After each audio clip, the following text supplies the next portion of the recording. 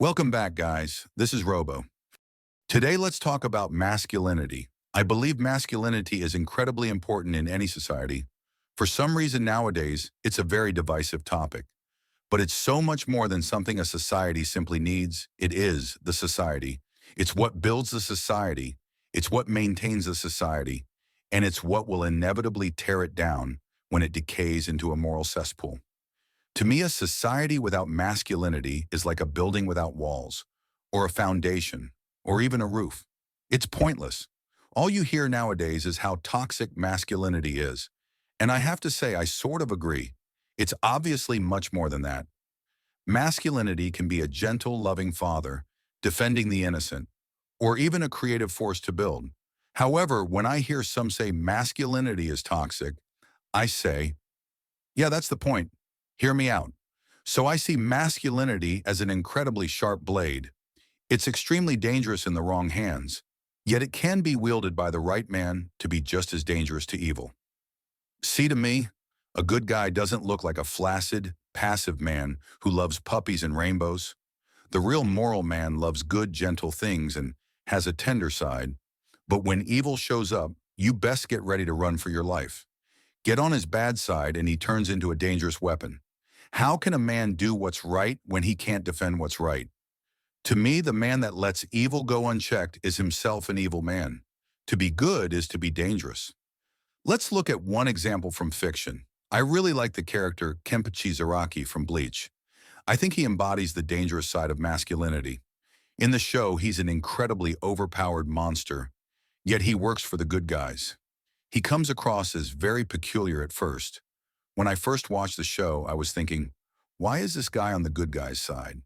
He's so destructive and wants to fight anyone and everyone, even his fellow allies. See, for Kenpachi, his hands are rated E for everyone. At first you might think, how is this guy useful? How can having someone like this on your side be a good thing? You see, his allies keep him restrained. They don't teach him any fighting techniques, and they let him fight as much as he wants to keep him entertained and docile. Because if they didn't, they know he'd destroy everything around him. Another thing I want to point out is you'd much rather have a guy like Kenpachi on your side. What? You want the enemy to have him and have to fight him? See, I think masculinity is like this. It's an incredible weapon, but you need to restrain it and control it. If you don't use it, your enemies will. And think for a second, that's exactly what a weapon is. Deadly, but useful when restrained and wielded in the right hands. See, you want masculinity to be dangerous, just like you want your weapon to be as deadly as possible when you have to use it to defend yourself. It's a blessing to be able to wield masculinity that is extremely dangerous.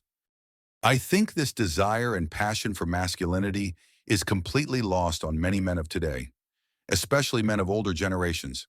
I reached a point in my life where I decided I couldn't stand being weak.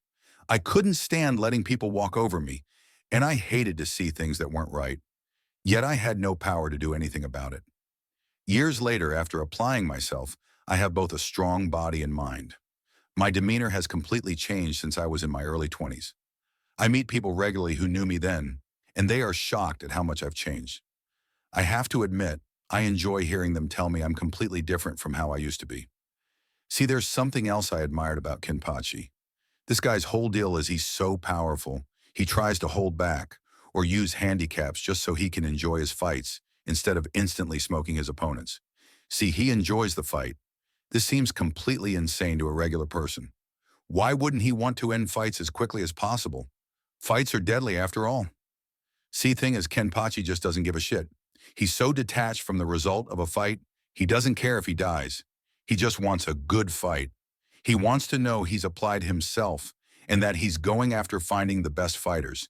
He actively looks for the strongest fighters so he can enjoy the challenge. This is much like how a chess grandmaster gets bored winning all the time. They want the players around them to get better so they can have a challenge. Someone who acts like this is demonstrating they don't care about being the guy on top or winning. They just value greatness above all else. This can come across as selfish to some, but I think it's the exact opposite. This desire really boils down to enjoying the challenge, enjoying the learning process, striving for greatness. This is an incredibly masculine trait, and I think very admirable. We need this. We need more of this nowadays. Men that think like this are willing to go through extreme danger because they themselves are dangerous. I want evil to shudder when it passes me by. I don't want wicked people to feel comfortable around me. I love being masculine, and if you're listening to this as a young guy, I think you should too. Pick up your sword and be deadly. Be dangerous. Be willing to lose something to do what's right. Do yourself a favor. Be deadlier than the bad guys. Thank you guys for watching. Stay awake. This has been Red Pilled Robo. I'm shutting down until next time.